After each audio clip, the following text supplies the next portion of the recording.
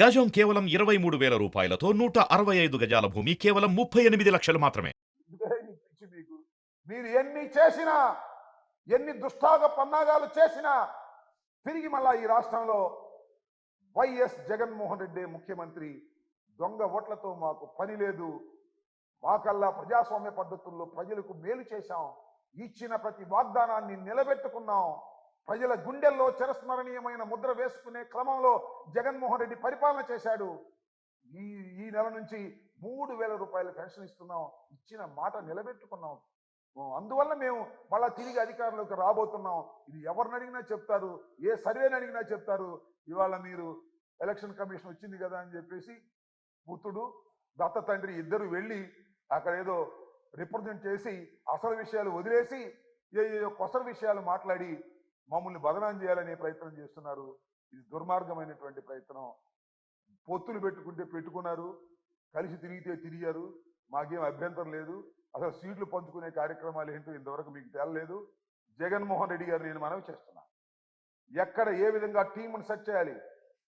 జగన్మోహన్ రెడ్డి గారి team 175 plus 25 team is ready. Team రెడీగా పోతా ఉంది. త్వరలో టీమును ప్రకటించబోతా ఉన్నారు. దానిలో అంటే ఆయన్ని మార్చారండి, ఈయన మీకేంటి బాధ? ఎవరిని మార్చితే మీకేంటి బాధ? ఏమయ్యా చంద్రబాబు, మేము ఎవరిని మార్చితే మీకేంటి బాధ? మా పార్టీలో మేము మార్చుకుంటాం, సమయాన్ని బట్టి మార్చుకుంటాం, వాళ్ళతో సర్దుకుని మేము టీం రెడీ చేసుకొని సిద్ధమవుతున్నాం. దానికి నువ్వేంటి ఆయన మార్చారే ఏంటో బాధ? ముసలికన్ని ఈయన మార్చలేదే ఏందో నువ్వు చెప్పినట్టు మార్చాలి. నువ్వు నాకు అర్థం కాలేదు. నీ పార్టీలో నీ సంగతి చూడు.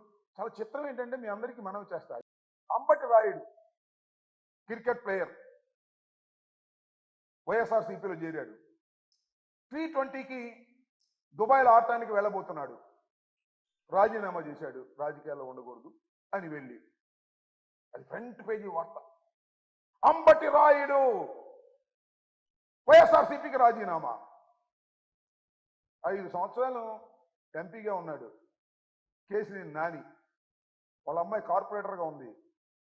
జీర్ణించుకున్న తెలుగుదేశం నాయకుడు చంద్రబాబు అమ్మడు తిరిగినవాడు. రాజీనామా చేస్తే ఇలా ఏదో ఒక విధంగా మ్యానిపులేట్ చేసి చంద్రబాబు నాయుడు ఏదో గొప్పగా చూపించాలని, జగన్మోహన్ రెడ్డి గారిని చిన్నగా చేయాలని, దుర్మార్గుడుగా చేయాలని మీరు చేసే ప్రయత్నాలు ప్రజలకు అర్థమయ్యాయి. మీరు కక్కే విషం స్పష్టంగా తెలిసిపోతుంది. అందువల్ల ప్రజలు అర్థం చేసుకున్నారు, టోటల్గా ప్రజలు అర్థం చేసుకున్నారు ఈ రాష్ట్రంలో ఉన్నటువంటి పరిస్థితిని.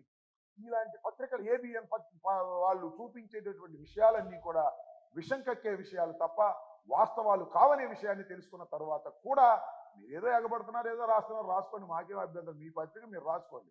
ఏదో స్వామి చెప్పినట్టు మీ జాంకాయ మీరు తినండి, ఎక్కడ ముంచుకు తింటారో ఎక్కడ తింటారో మీరు తినండి. మీ పత్రికల్లో మీరు రాసుకోండి. మీరు రాసుకున్నా ఏ విధమైనటువంటి ఇబ్బంది మాకు లేదు.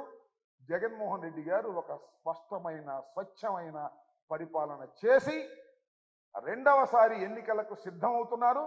టీం సిద్ధమవుతుంది. ఎన్నికలకు వెళ్ళబోతున్నాం. అత్యంత ఆత్మవిశ్వాసంతో ఎన్నికలకు వెళ్ళబోతున్నాం. ఎవరిని కలుపుకోము, సింగిల్గానే వెళ్తాము. 175 ప్లస్ 25 వెళ్ళి మొత్తం కొట్టుకొని తిరిగి వస్తాం. గుర్తుపెట్టుకోండి, మిమ్మల్ని చిత్తుగా ఓడిస్తాము. చంద్రబాబు పవన్ కళ్యాణ్ కలిసిన సీట్లు సర్దుకున్నా ఏమైనా గెలుపు మాత్రం వైఎస్ఆర్సీపీదే. ఎందరూ కలిసినా మమ్మల్ని ఏమీ చేయలేరని ఈ సందర్భంగా తెలియచేస్తూ, ఎన్నికల కమిషన్ దగ్గరికి వెళ్ళి పిచ్చి పిచ్చి వేషాలు వేసేటటువంటి చంద్రబాబు నాయుడు గారికి ప్రజాస్వామ్యం పట్ల విలువ లేదు, ప్రజాస్వామ్యం మీద నమ్మకం లేదు, మ్యానిపులేషన్ మీద మాత్రమే నమ్మి రాజకీయాలు చేసినటువంటి వ్యక్తి. ఆయన నిజస్వరూపం ప్రజలకు అర్థమైంది. అర్థమయ్యే విధంగా రాజశేఖర్ రెడ్డి, జగన్మోహన్ రెడ్డి గారు చెయ్యగలిగారు కాబట్టి ఇక చంద్రబాబు పని అయిపోయింది. సాపా సంకా సర్దుకొని హైదరాబాద్ స్వగృహానికి వెళ్ళవలసినటువంటి పరిస్థితి ఏర్పడుతుంది.